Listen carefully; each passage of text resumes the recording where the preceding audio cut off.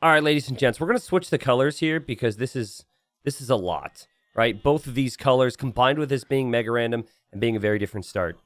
It's just a lot. So here we are. And okay, we've got some typing action from Andy, one of the players. Says, WTF is going on today. 10 times in a row, I get unwinnable matchup. All right, so that's an interesting start. Now, they are right next to each other.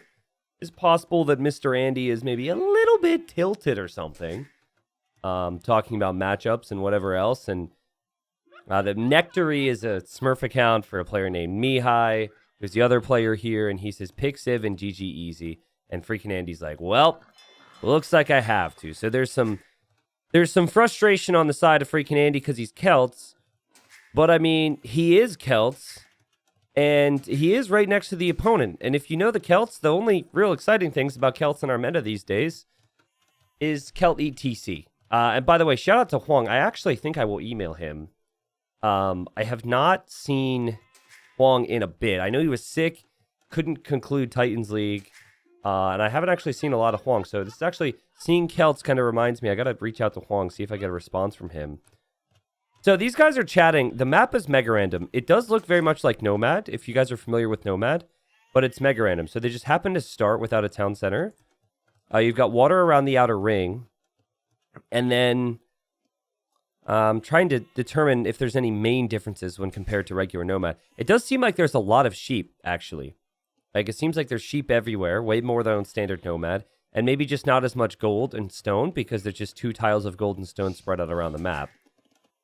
Now, both players have actually placed a really good town center. So we've got a town center for Andy right next to the wood line and the gold and a boar. And then here for Mihai, also same deal, wood, gold, and then a boar. And as it stands, Mihai doesn't know where his opponent is. Might find out with his sheep, which is what you try and do on Nomad starts. For Andy, I don't think Andy lost his sheep either. So Andy doesn't know where his opponent is. Complaining about the civilizations. I did watch a bit of Age of Empires before my casting today. I saw he played against MBL as well. You know, playing up against a player like MBL obviously doesn't make life much easier for you. I forget what the matchups were, though, to be completely honest with you. But, you know, Andy and Mihai know each other really well, so they're, you know, for you as a viewer, if you were to open up into the game and, like, say those things, it might mean, like, super Omega tilt, as some people might say. But there might be a bit of frustration right now for Andy, but, again, he knows his opponent pretty well. So, I tend to be more chatty with individuals I know as well. So, yeah, I mean, you know, the big question is going to be, what do you do with the Celts? Celts don't get Arbalest. Celts have pretty crappy knights. It's infantry siege for them. They don't have good monks either. Bohemians have great archers, and they have great monks. Great gunpowder, great siege. So I think my initial thought here is, like, Celts want to apply pressure, and the Bohemians are probably going to expect some of that pressure being in the form of knights. Knights and siege.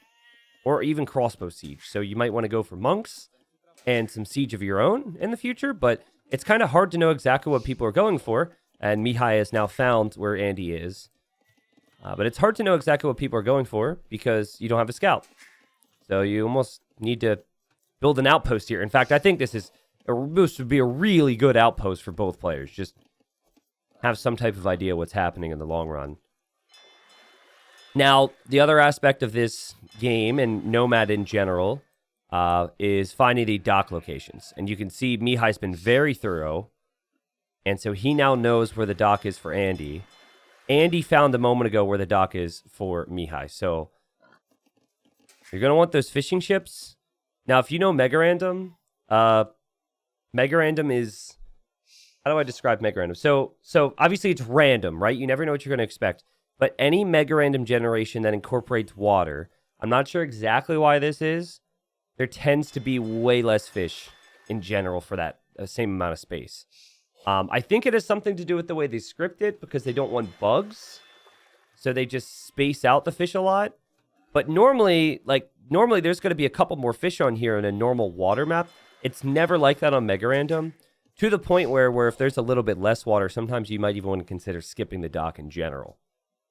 So I bring that up because if someone wins water here, I don't know if the efficiency is going to be quite as good. It's still going to be very helpful to have all those fishing ships bringing in food for you, but worth pointing it out. T90, do you agree with Hera that the Hussite wagon is a useless unit? No, I do not. It's situational. It's not a unit that you necessarily should mass altogether. But geez, I mean, you don't need to look very far to see a Hussite wagon do very well in certain situations. You had Backed going elite Hussite wagon in Titans League, for example, Regicide Fortress, up against humans, I believe. So, no. I would say it depends, right? Which is basically means Age of Empires 2 is situational. As much as tempting as it is for me or someone else to say, like, this is 100% bad or this is 100% good, the thing that makes Age of Empires 2 good is it does depend, and there's a lot of different factors that go into it. So I also think the Hussite wagon can be used as a support unit in ways that pro players either refuse to do or just aren't doing right now.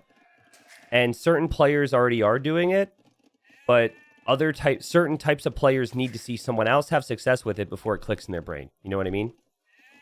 But yeah, I have videos on it too. Bohemian Nightmare is a full Hussite wagon game with an underdog playing with full Hussite wagons against a top 10 player. There are some examples out there. But what the Hussite wagon is not, it's not a unit that's like a guarantee to go for every time and have success. And oh my goodness, Andy tries to wall in the Vil. This is funny because Mihai wants to place a dock in the exact position that Andy has already docked. Anyways, we've got, quite a few docks up here for Andy. That's important. He's got 2, wanted to go for the 3rd, and he wants to go kill the fish. And then you also have Mihai dropping 2 docks over here. So he's kind of changed his plan. He really needs to cancel that dock, though.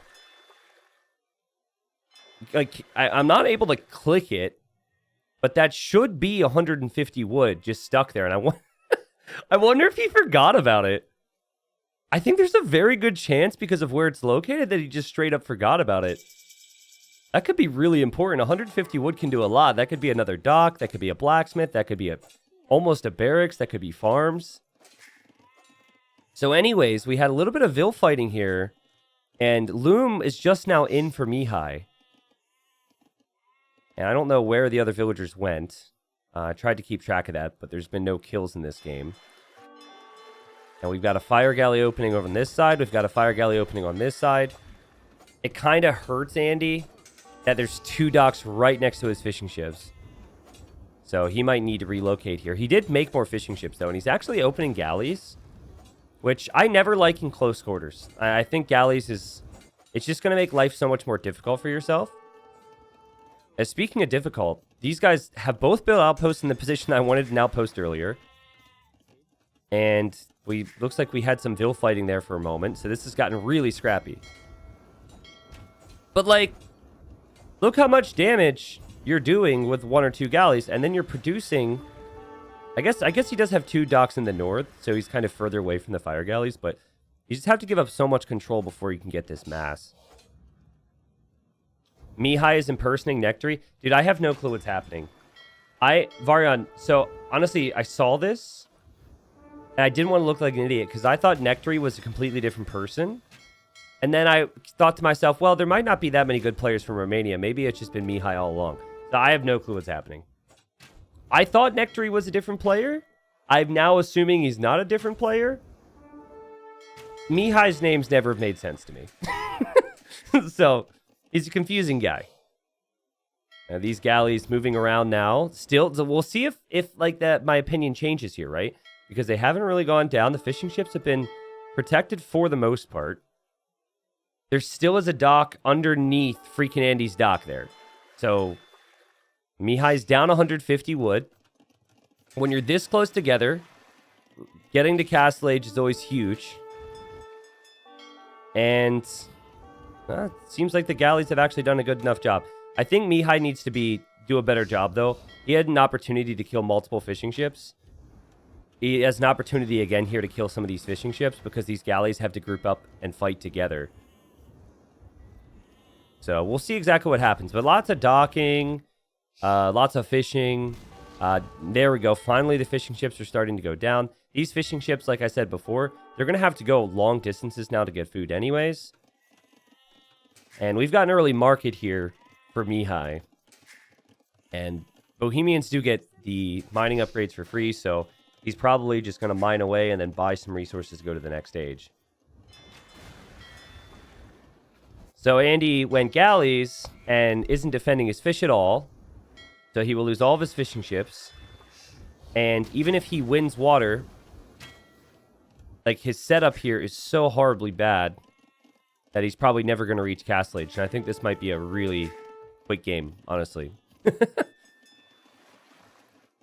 I don't know. Maybe he felt like... maybe in his mind he thought that the civ disadvantage is that bad for him that he had to do something different. But Bohemians don't really have any water bonuses.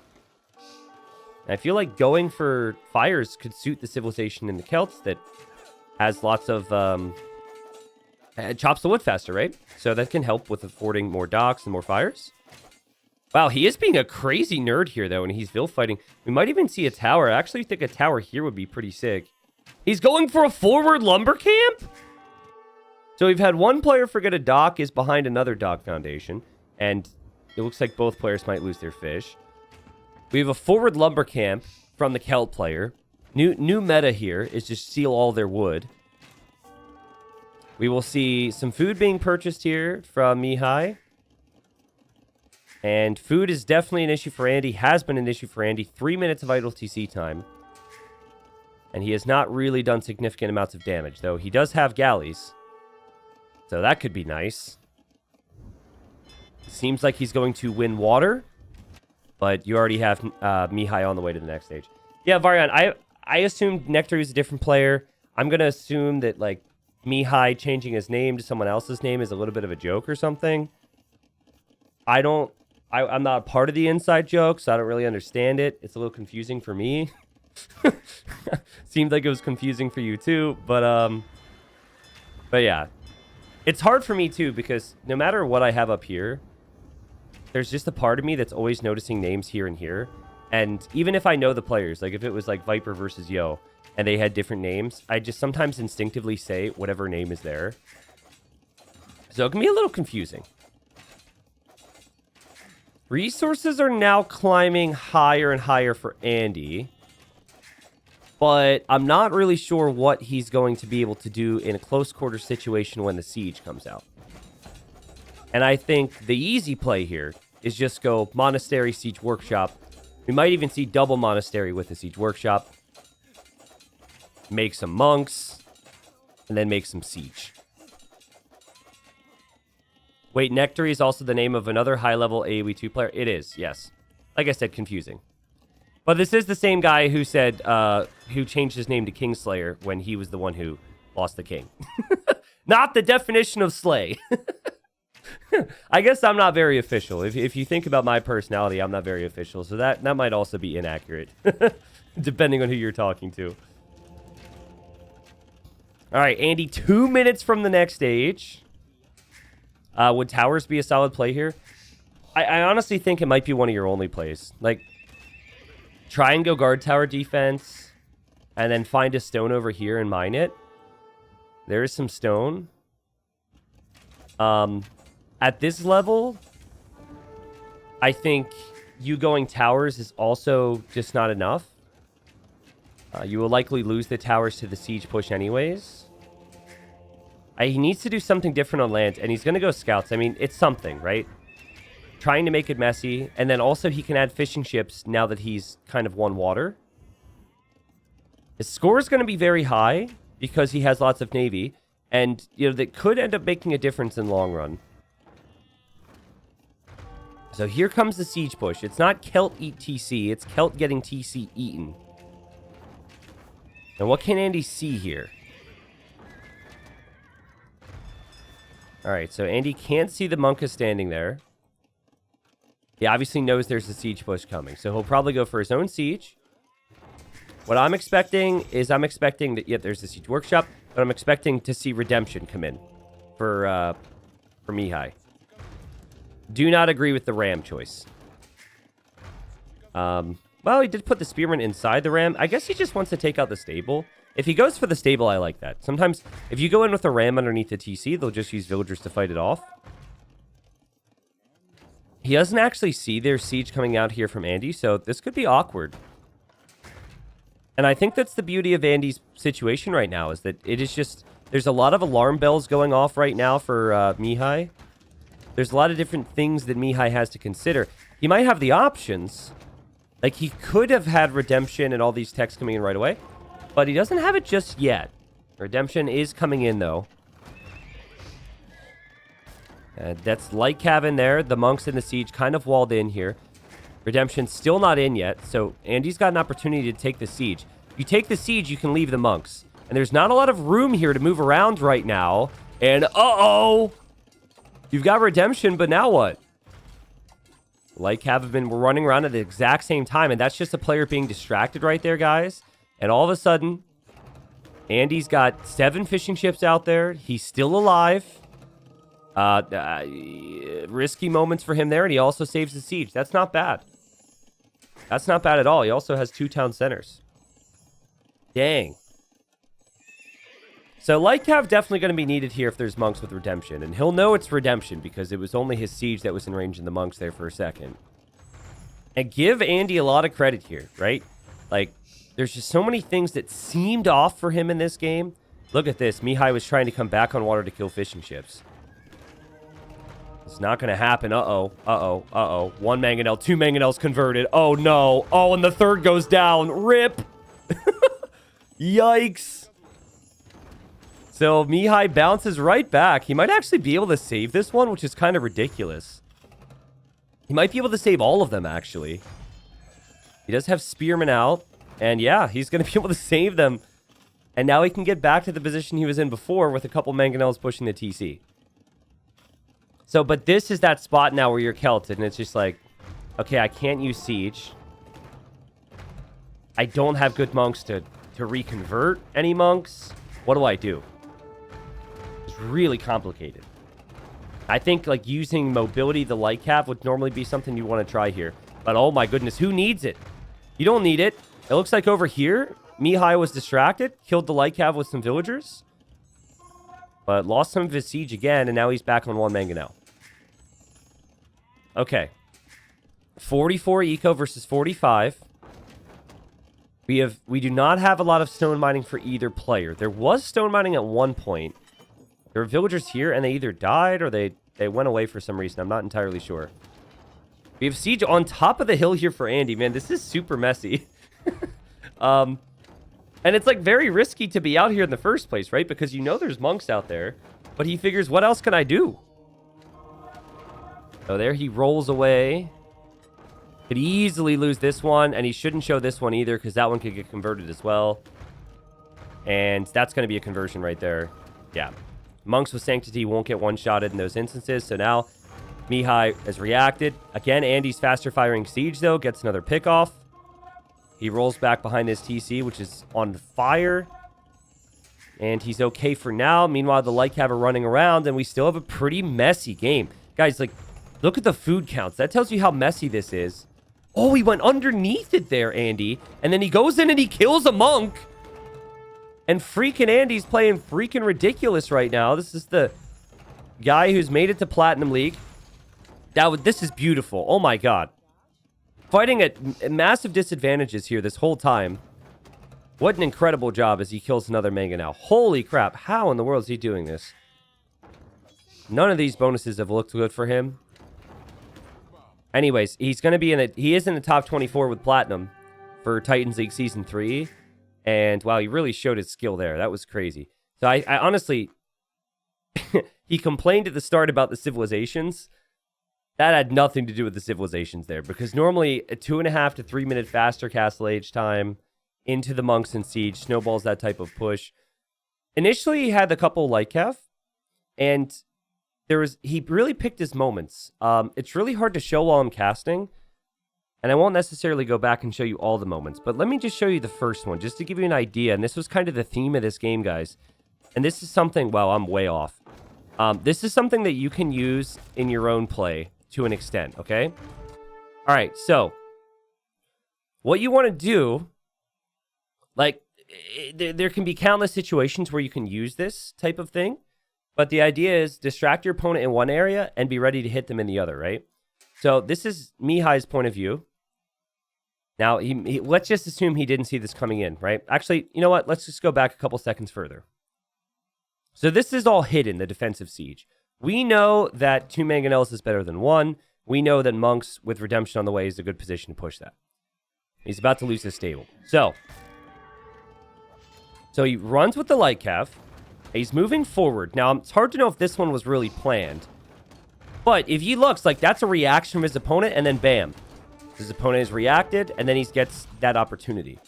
And so there were a lot of instances in this game where Mihai was doing something because of the light cap. Like, I remember another instance a little bit later where there's a couple of villagers that's being attacked. Okay, right here. Watch this. This is like another instance of this. And so the light cav come in, Mihai reacts, and Mihai's like, oh my god, I gotta save my vills here. And then bam, he's lost 1. And then bam, he's gonna lose another. And did he lose 3 here? He actually lost 3 there. I didn't remember it was 3. I thought it was 2. So yeah, and so while the light cav didn't kill many monks initially, it was just a nice little distraction. And if you're wondering, what do you do in Mihai's position to be able to stop that from having so much success? It's not easy, but sometimes you just have to set up your base so you can ignore it, right? Like, I think Mihai wins this game easily if the gold wasn't 2 tiles and it was 8 tiles. If it's an 8-tile gold, he never has to move out here for gold. He never has to consider moving out here. He had to do a lot of work to relocate and expand for that gold, which meant that it opened up that opportunity for Andy to find those positions. So the way you like kind of counter that is you just keep everything in the same spot and you don't expand. That way you're never distracted in all these different areas. It was a good game though. That game produced way more content than I thought it would when I saw the map. Let's just put it that way. Good little mega random matchup. 17,000 resources collected. Apparently Celts is OP. Freaking Andy shouldn't have complained. He played super well. Look at all that wood income, food income. And a trap with the Bohemians at times is you rely too heavily on the gold, which Mihai definitely did. Oh, did he delete the Dock Foundation? Good question. He did, but when did he do it? He did it way later in the game, actually. Thank you for reminding me about that. Or was that just a bug? Nope. It was there. And then somewhere along the lines, he finds it. Okay, he found it around 20 minutes. So he found it after he was on his way to Castle Age, basically.